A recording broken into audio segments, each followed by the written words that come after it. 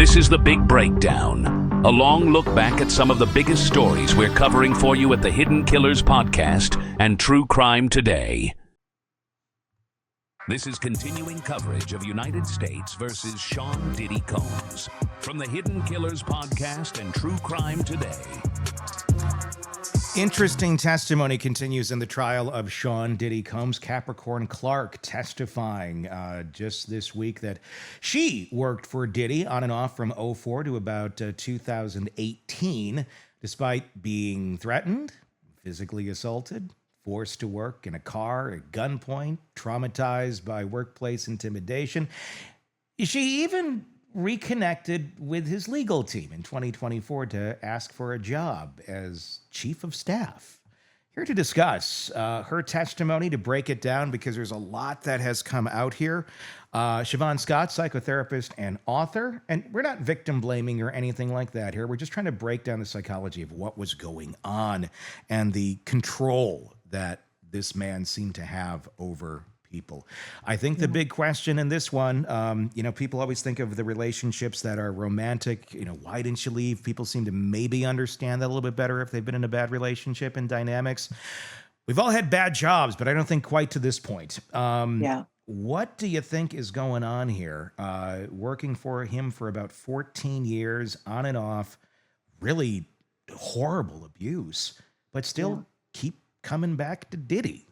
Yeah, this could be a book of this woman's life experience. Really, it would be fascinating because I think this is an incredible example of what we call a trauma bond, which is when people, and you mentioned abusive relationships, it's fairly common in a romantic relationship, but people can have that with their parents as well if they're raised in an abusive home. As someone who attaches very deeply and often with affection to someone who is cruel and hurtful to them. And this is hard to understand, but we can all form attachments in this way if we're in the right circumstances and we have the right vulnerabilities. And it's because the perpetrator mixes kindness, rewards, sometimes apologies, sometimes often affection in various ways, mixes it in with the cruelty. And the victim comes to think that when they're being punished in some way or treated badly, that it's their fault. And if they do things different, if they get it right, that it's going to improve. And so in that way, it's almost like an addiction. They keep trying to get it right with the fantasy that someday this is all going to be better. And they get enough out of it as far as money or, self-esteem from the times that the person is kind to them, that it just keeps them coming back. Now, people who have been raised in abusive families are particularly vulnerable to this. And when I look at the length of time that this lady stayed in this situation with him, it makes me think that she must have had a pretty rough childhood. Yeah, I mean, one would certainly wonder about that. I'm wondering if, like, on a very kind of simplistic level, to help others understand this, is if you've been in several relationships in your life, wherever that may be. Some were good, some were bad, some were just kind of there, but they were good human beings. What are the ones that people on average tend to look back on like social media or check up on out of curiosity? It tends to be the bad ones, I would think, in a lot of cases, where one would think if the brain is working in a more healthy way, you'd be more curious about the folks where it was good and things didn't work out, or even just, it was there, but how you doing? But to gravitate back towards the trauma out of curiosity, that's interesting. I think it's something all of us do to a certain extent. Now, there's that line of just curiosity, and sometimes it's, I hope they're doing good, or I hope maybe I'm going to see they passed away a few years ago. And there's just, and then you go, oh, maybe nobody noticed and they passed away a few years ago. Or there's, just kind of indifference. That's where they live now. Okay, whatever. Is that a good analogy? Just the curiosity, the way the brain works, where we tend to go back to more negative things out of curiosity than we do things that would be healthier for us? I think the thing that may be going on there is the tendency to want to connect the dots. Hmm. Why was I with that person? Hmm. What went wrong? What is it about them that hooked me in? And so I think there's this natural curiosity when we're trying to make sense of our own narrative. Certainly, I've done that. I wrote a book on that, Yes, you did. trying to make sense of my bad Right judgment. here. Yeah. Nightbird, available wherever you get books. And a lesson in what really are cluster B disorders and why do people get hooked into these relationships. Hmm. It's almost, in a way, I think it is healthy if we're trying to understand ourselves and avoid making those same mistakes in the future. Very true. Do you think that could be what was going on here with Capricorn Clark in a way of, I mean, just the idea that, back in, what was it, 2014 or whatever, where when she started working for him, I mean, it was a big deal. People wanted to work. There was a television show called Who Wants to Work for Diddy? Oh, I did not know that. It was literally a show. Oh my gosh. Yeah. Oh my gosh. That's sick. There was multiple seasons of this thing, and it existed. So it was kind of a thing. People were considering it kind of a big, and at the time, if you didn't know about all this stuff, and most of us didn't, yeah, I mean, if you got a job with working directly for him as his direct head of staff and things of that nature, if you're going into that, you're going to think, oh my gosh, this is going to change my life. This is going to be so good. I'm sure you're excited about it. I'm sure there's just a lot of positivity. And then you get to know Diddy. And then things get really, really dark. But still that hope and that dream of, well, it could be like this. It sure looked like it would be like this, but it's not like this. That makes a lot of sense if you kind of keep going back on, well, maybe if I handle him differently this way, or I handle him differently that way. This is a professional relationship. It could be true of a personal one too, but that does make sense. Trying to connect those dots. And is it kind of a fixer type thing as well? Where if I fix me or fix them, I can get this to go the way it should. Yeah, it's very seductive. And if a person was raised in a family where that was their role in the family, to try to get it right, to try to keep mom or dad calm, and that's a template that they carry into their adult life. And you can see how Capricorn was probably very vulnerable to this. And the rewards were probably huge. I'm assuming she was well paid financially. Mm-hmm. And that's a hook too. And thinking that if I just win him over, it's going to get better for me. I think there was a lot of extreme ups and downs with him. It was either hellish and you're working for the devil, or you are living the highest life of some of the very, very few people on this planet. Yeah. And I don't think there was a lot of in between. It was this or it was that. And sometimes that high life ends up being more seductive, where you think, well, I can put up with this enough. I can, and then it amps and amps and amps, and eventually it's very discombobulated. She described it as total domination of Combs, as controlling every aspect of her life. And this is an employee dictating where she lived, forcing drug errands, ordering polygraph tests, even managing her own relationships. What kind of a human being is doing that sort of thing? Or what's more so wrong with a human being who is trying to exert that level of control over anyone, more or less one of your own employees? It's bizarre. And the thing that's so shocking, as I always say, is that this man has been idolized in our culture. Mm-hmm. And this is one of the most psychopathic people I've heard of. I guess we could say the serial killers, might top it, but this is incredibly psychopathic and bizarre. I don't know how to explain it.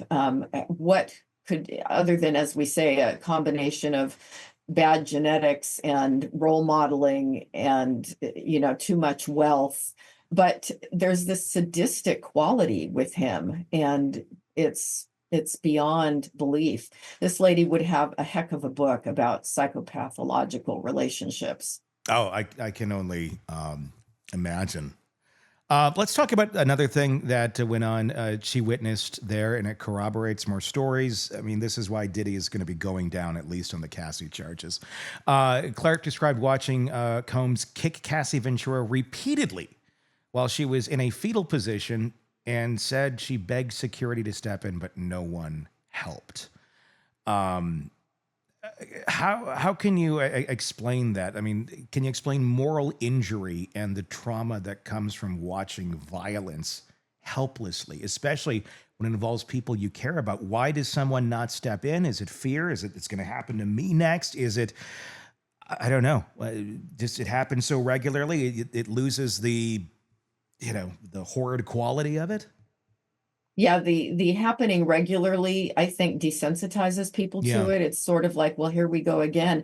But moral injury is a real thing, and you see that often in wartime when people witness atrocities but feel frozen. And I think that sense of being frozen is part of the trauma response, right? We go fight, flight, freeze, or fawn. And I think she was certainly frozen a good deal of the time, as were probably other people around him. It's sort of like a combination of he was a mafia boss and a cult leader. I mean, it's one of the stranger stories that I've ever heard, because not because he was a sadistic and a psychopath, but because he had the power Hmm. over all these other people and hung out with celebrities, other celebrities, and nobody called this out for decades. It's truly strange. It is the level that he was able to get away with it on.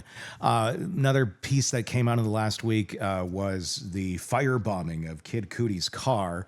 This was someone who was dating Cassie Ventura on a little breakup time between the two of them, and well, Diddy didn't like it, so he threatened that he was going to blow up Kid Cootie's car, and a few weeks later, it was firebombed with a Molotov cocktail. He just testified in court the other day. Clark testified and said Combs forced her into an SUV with a gun in his lap, took her to Kid Cootie's house, and refused to let her go unless Cassie agreed to show up. So this was pressuring her to convince Cassie to come and show up to this meeting that was going to go on. I mean, this is someone who, okay, let's go on this car ride, and he has a gun. I'm guessing he probably had a gun on him a lot. The question I think would be, and I'm sure what the defense is going to try and present, that well, she was just following directions in a high pressure situation, that they needed to go to this house, and of course he always carries a gun with her, but this is like an actual threat under coercive control, a big difference than just, he's kind of an extreme dude and I'm just following orders. Mhm. Yeah, it's definitely off the chart, and hard to put myself in that kind of situation and imagine what it was like for Capricorn. Hmm. But I think she lived under the terror that she was going to be killed at Hmm. any given time. And that changes the way a person reacts in situations like that. There's just so much of where this goes. I'm always just every day with the Diddy case. I'm like, oh my God, he did that too.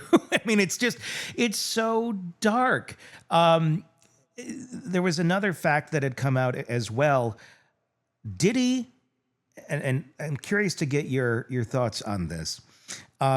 He went as far as convincing Cassie's mom, because she knew that Cassie was in an abusive relationship with Diddy, basically made Diddy's mom pay him $20,000 or something was going to happen to Cassie. Wow. Wasn't here's Wow. $20,000, don't tell anybody. It was like, you pay me not to hurt her worse. I mean, this is psychopathic, is it not? I mean, One yeah, 100% yeah, psychopathic and a little bit crazy. I mean, yeah. it's hard to understand, why do you need this kind of power over Hmm. people? I always use the word sadistic with him too. Yeah. He is above and beyond your average garden variety psychopath who makes up, a lot of the prison system. I mean, he needs a special place in hell, quite frankly. This guy is awful. I have another question, but I wonder if we're going to start finding bodies soon. I wonder the same thing. Yeah. And maybe not even in this conviction, but I mean, because they're still investigating this guy. I'm wondering if we're going to start finding bodies and we're going to start finding people that did die and go. I'm wondering about the Tupac situation because that whole trial is off the table right now until next year because of new evidence that has come in. We don't know if it's anything to do with Diddy. I don't think it would be far of a stretch, but just, people who aren't even necessarily well known. Things I wonder about are people like bodyguards, people like security, people who are not like the direct assistants of Diddy, people who are just there to, I guess, kind of keep people in line, be the bouncers and stuff. These people saw a lot of horrible stuff and they didn't report it. They didn't do anything about it. I'm wondering, I mean, it's easy to go, well, why wouldn't they? They could overpower him. They could get out of there. Yeah. But what else is he going to do to them and their family? Exactly. Do you think there was a lot of that going on within those ranks? And I'm wondering about the ones who did say, screw you, I'm going to do this anyhow, and got silenced before anything got out or just got laughed out of the room. There actually is. And he was brought up in testimony just recently. I should do a deeper dive on this. This is the man who was the Trump hotel shooter. You remember that guy? A couple years ago, he looked psychopathic, went into the Trump hotel, started shooting things up. And then he started saying crazy things. At least at the time, it sounded crazy. Started saying crazy things, that he was a sex slave for Diddy. We're like, you just shot up the hotel. Like, wow. What? You're a sex slave for Diddy? What? Yeah. Well, according to Cassie, he was. He actually was. He was a Chippendales dancer at the time who was recruited and actually was there. And he had sex with Cassie in front of Diddy for money. Who would have guessed? Those are the type of folks that I'm wondering about. He was still alive. I mean, he had a mental break and snapped and did that. And then he's saying these insanely crazy things. At least we think they're crazy. It's the folks like that maybe aren't shooting up the hotels, but they're in their own torture chamber of life because they've lost their mind or had some sort of a break from reality that are out there as well. Because he got out, he got away. But this is where he ended up mentally.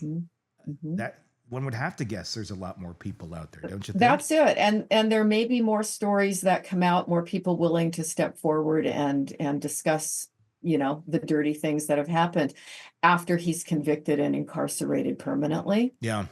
We may see a lot more. And yeah, it would surprise me if this wasn't just the tip of the iceberg. I think there's a lot more going on with this guy. I do too. And I think there's a lot more people who are still not comfortable to talk until they know he cannot get out. Exactly. When you think things can't get darker, they do with Diddy. It just seems to be his thing. He seems to be kind of the spawn of Satan, to put it lightly. I don't know at this point, because the way that this guy has allegedly dehumanized so many people, and gotten away with it is just really, really shocking. There was some really poignant testimony coming in. Capricorn Clark is the woman's name. Broke down emotionally when describing Cassie Ventura being beaten by Combs. She witnessed it and really didn't do anything out of fear. I'm not victim blaming here, saying that 100%. But from a behavioral standpoint, Robin Dreek, by the way, with us. Retired FBI. Just feel like it's like Cheers. We're just already here. There we are. Retired FBI Special Agent, Chief of the Counterintelligence Behavioral Analysis Program. From a behavioral, perspective here, how do you evaluate authentic emotional courage versus performative emotion on the stand? Because I know they're going to go after her and they're going to say, well, you kept coming back. You left and you came back ungodly amount of times, even though she was being abused. And we'll talk about that in a moment. But, she's up there, she's testifying, she's corroborating Cassie's story. What would you be looking for in her testimony for someone who kept working for Diddy over and over and over, even after a lot of abuse? It's really complicated because Yeah. you're gonna see every gamut of the emotional stress, insecurities, trauma, trauma bonding. Fear is the main motivator of all human beings, and you're seeing a lot of that play out. You're seeing the trauma bonding, like I said, play out. You're seeing insecurities. So all you're looking for in cases like this is you're going to be looking for raw, hard data for things that are actually done. That you can collaborate.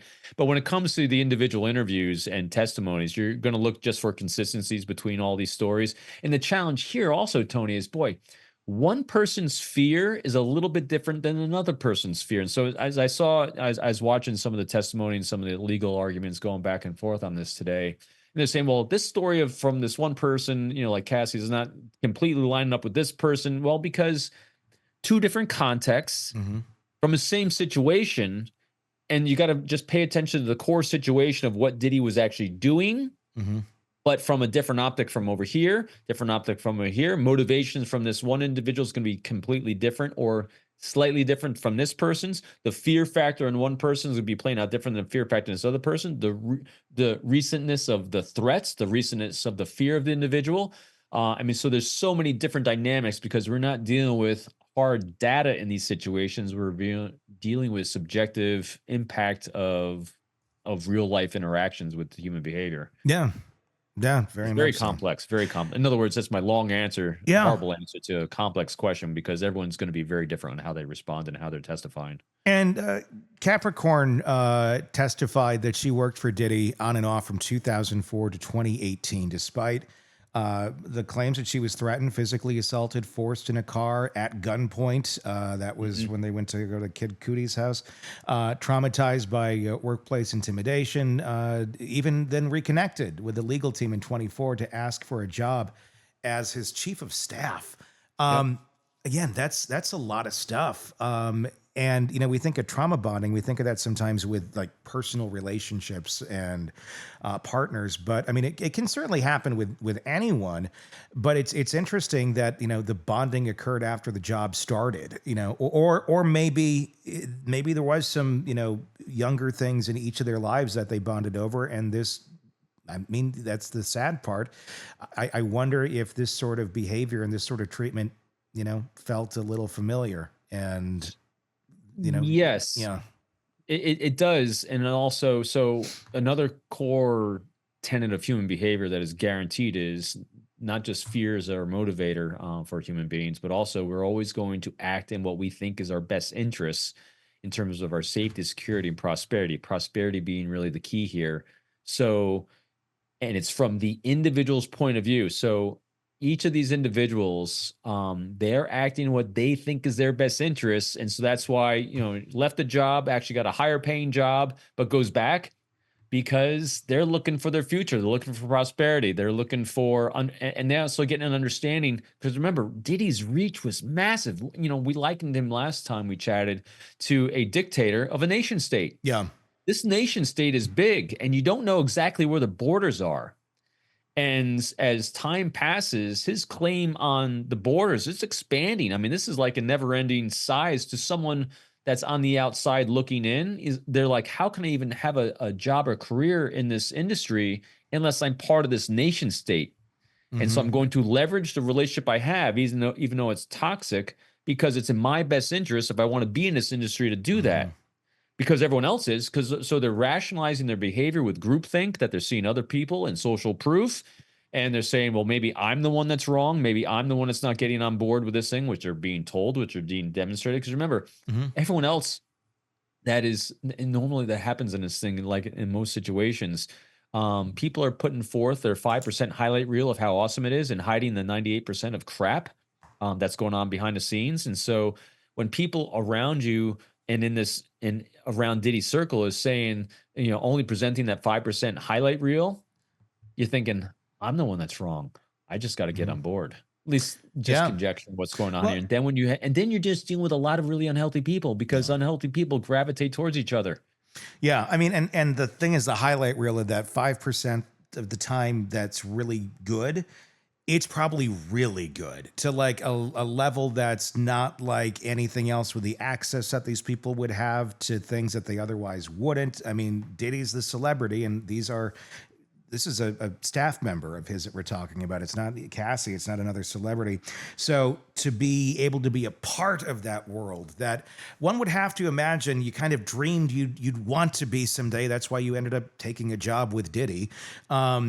That you know that the perks, those little perks, even though they're probably pretty big, outweigh the pain and the trauma that you're going through at the time. And I'm wondering if there's probably a lot of downplaying of the trauma while you're going through it, not really realizing just how traumatic some of this stuff is until you're out of the environment.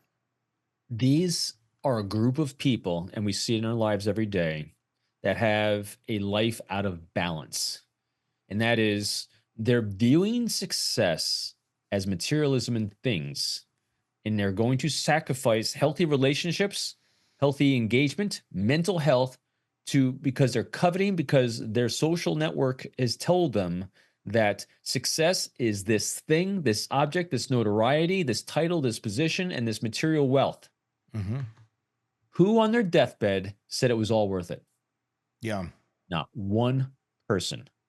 Because remember, it's when you have your life out of balance, and this is why doing true crime is the simplest thing in the world, because every single case like this is circled around really, really unhealthy people that are valuing things over relationship.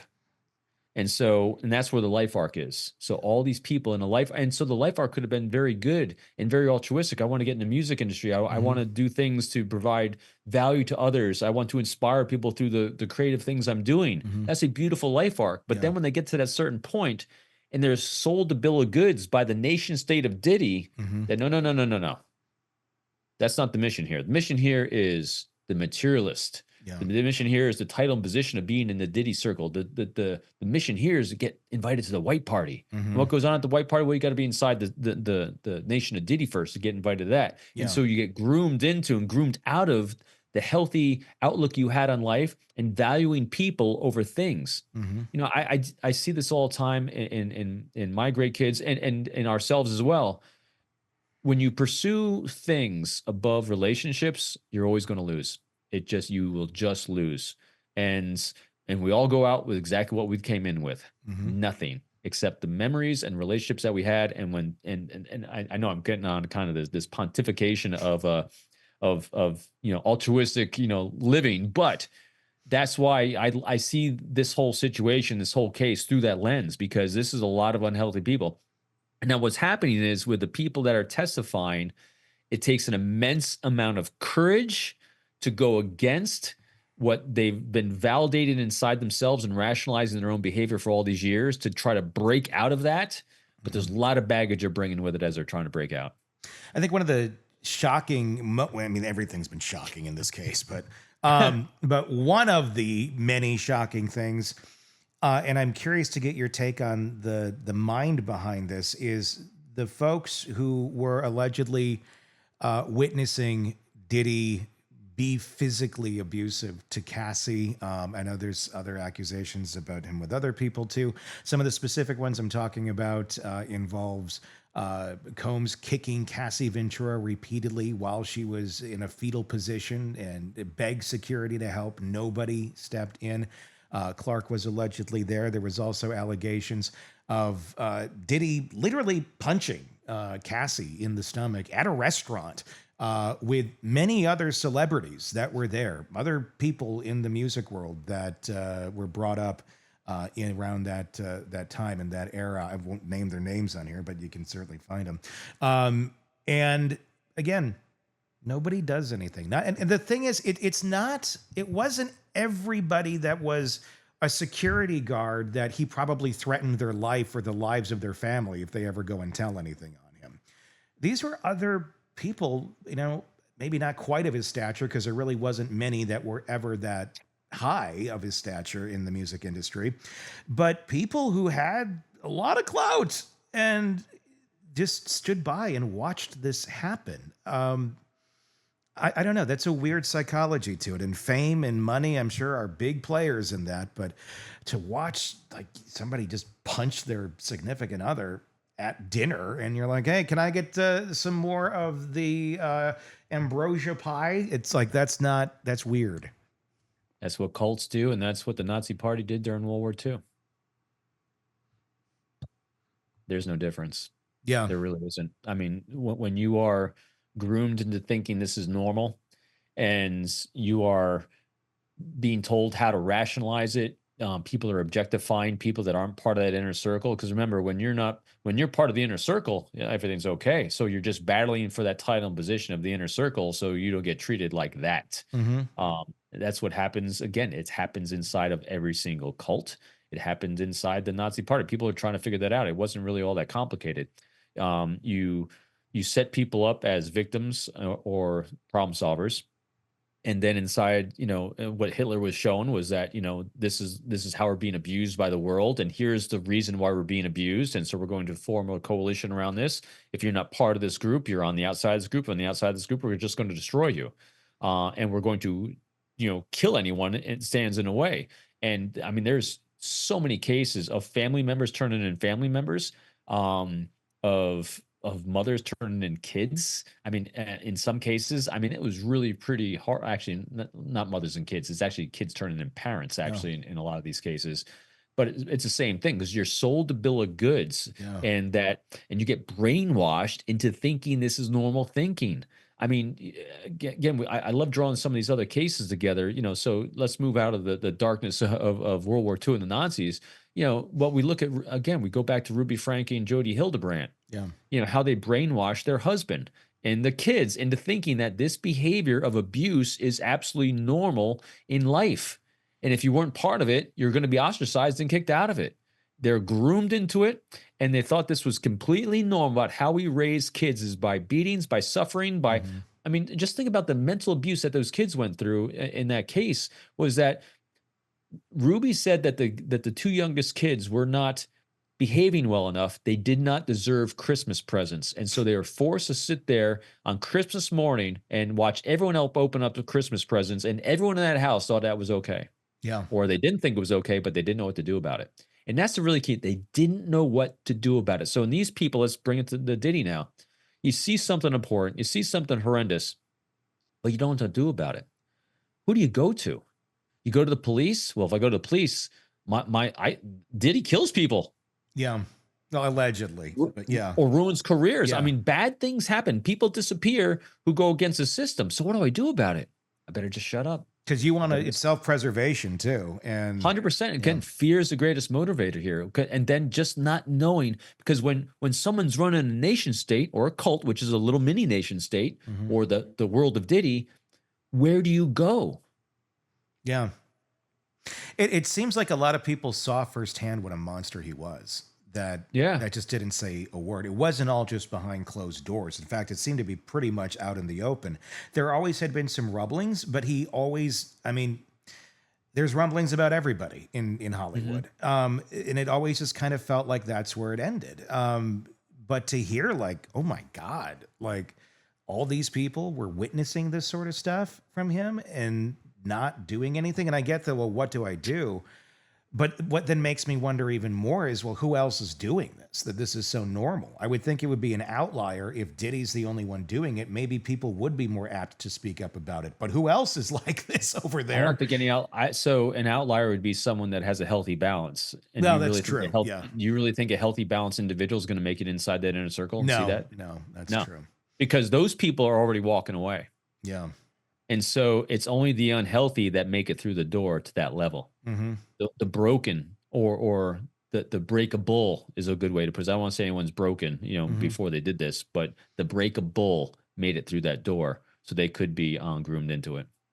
I mean, with all of these things that are coming out now, and we haven't seen a lot publicly about other celebrities involved with the actual abuse. Maybe we will, maybe we won't. I don't know. But the fact that so many names are being named of just being present for these things, Do you think that has changed something in that world? So many people just dead silent on this whole case, or even like leaving the country. It's Do you think people are having a reckoning with this behavior, or just, well, that one got caught? Um, for a short time period, maybe. But at the same time, though, human beings are still human beings. We've been evolving for hundreds of thousands of years, and you're not going to undo our brokenness in a Diddy case. Hmm. So it might ebb away for a short time as it's heightened and more sensitive. But as time passes and the memory of it fades, power will always corrupt. Abhorrent, unhealthy behavior will always be there.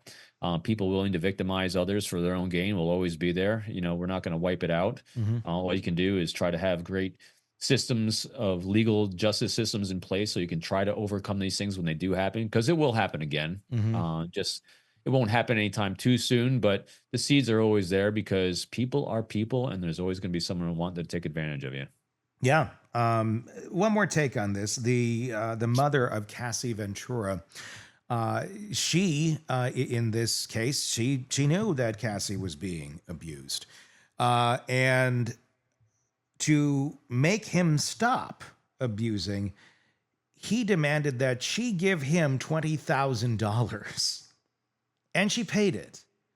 It's like, it's extortion, but it's almost in reverse. You would almost be thinking it'd be the other way around, of, I'll give you $20,000 not to tell anybody that I'm doing this, but it's more like, you're going to give me that money. I mean, that's very sadistic in terms of a power grab, and that takes an evil type of person to do that sort of shit. Another form of control. Yeah. Do you really think he needed $20,000? No. No, it's a form of control. Yeah. So he now owns the mother. That's it. And she paid to be owned by him. Yeah, that's what makes it like so horrific. Yeah. So I don't know these people, but we know patterns. Mm-hmm. when people that are struggling with life, with healthy behaviors, their decision making process on how to fix problems and problem solving is also a bit off and a bit broken.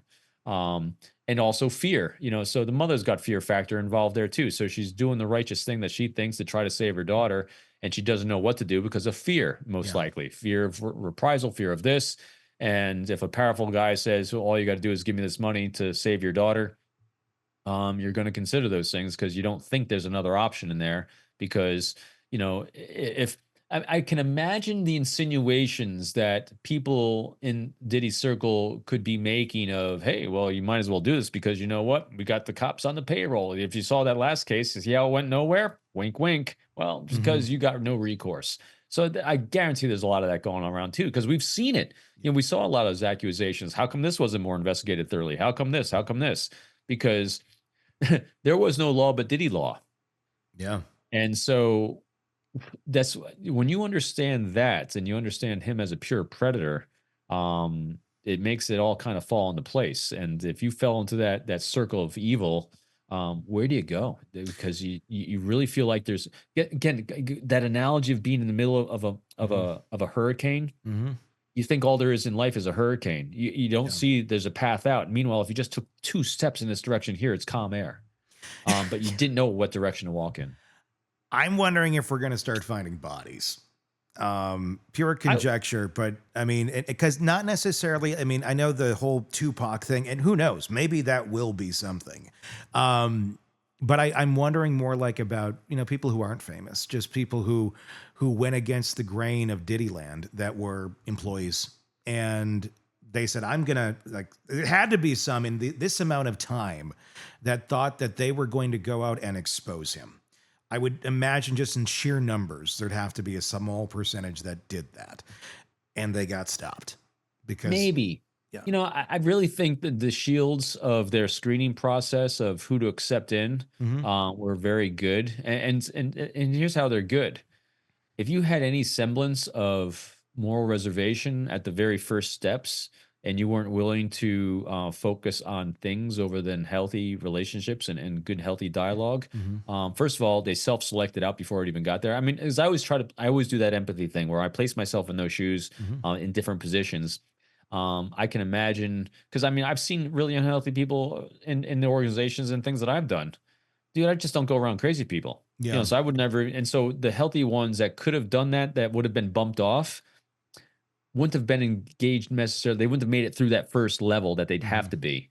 I think it was a large nation state of Diddy. Yeah. But I think a very controlled nation state of Diddy, where you had a lot of groupthink. And once you made it to the white party invite, I think that's it. And then again, when you're talking about the celebrities, the thing I thought about this, I wonder if there's any repeat shows of celebrities, or were they one-offs or make 1.5s? Yeah. Because they saw it. The healthy ones, the ones that are actually good actors, good musicians, and all these things that are legit. They show up, and they show up for a while, and then when he says, "Yeah, it's time for the kids to go to bed" or something like that, and then it all kinds of takes that shift, and then either they left at that point too, or their eyes were open and like, "Oh, we're gonna walk away from this nut house." So Yeah. I think it was just really, really isolated. It's a way, again, just all the elements of cult are there, with the exception of he's not making money the same way the cults are. He's got a different business model. That's true. Yeah. All the elements are there though. Yeah. I mean, it really is. It seems so chaotic, but it had to have been very organized for it to survive as long as it did. Chaos is an interesting thing about that too. Like you said, I don't think it was chaos. I think it was nature at a certain point. I don't think it took a lot of thought. I think they just knew how to react to every situation, to every person. There was just there was a method of operation.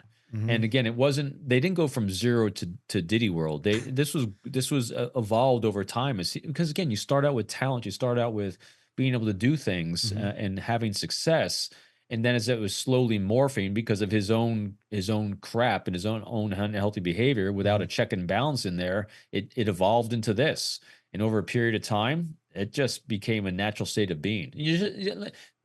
Again, not putting it, claiming anyone involved here has got psychopathy, but remember, psychopaths and pure predators don't think about how to be that. They just are that. And I think that's what evolved in here. They didn't have to think about how to run the Diddy empire. It just was being.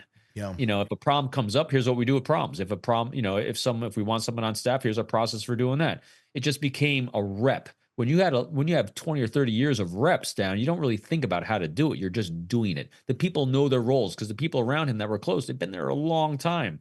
They don't think about how to do things. They just do them.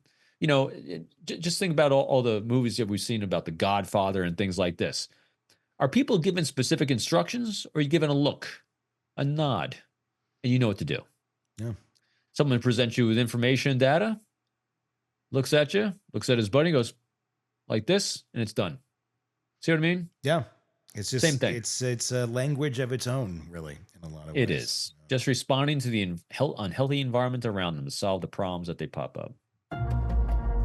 Craving non-stop true crime updates? Press subscribe now and get the latest cases, analysis, and expert commentary delivered straight to your feed.